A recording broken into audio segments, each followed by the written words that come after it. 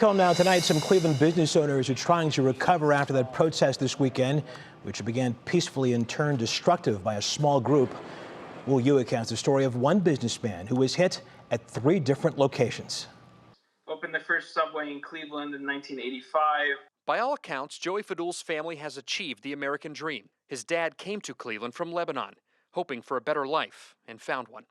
It's just been from nothing to success. After settling in to Northeast Ohio, they were able to open multiple Subway franchises and giving back to the community during this pandemic. We fed all the workers at University Hospital, Marymount Hospital, frontline workers. We did it as a thank you. Joey says they lost a lot of their weekly business during the shutdown, and now they'll be adding cleanup and putting the stores back together to the list. Be it flip toasters upside down, throw chip wrecks across the room, they broke bottle cooler doors. It's not the same as a murder, but at the same time, it hurts. I mean, the people that work for us, as well as us ourselves, this is what feeds their families. While Joey agrees with the reasoning behind these protests that are happening all across the country, he feels when people take advantage of the situation to damage local businesses, the message is missing the mark. What happened to George Floyd in Minnesota was a terrible thing, and we want, like everybody else, justice for what happened. And the peaceful part of the day, the 3-4 hours that they had, was an amazing showing.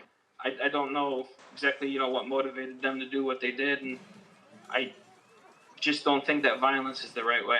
Of the businesses hit, the damages range, and so does the owner's reaction to that damage. Pour was vandalized and looted over the weekend and then posted this to social media saying, quote, "Property damage can be fixed, things can be replaced, lives cannot.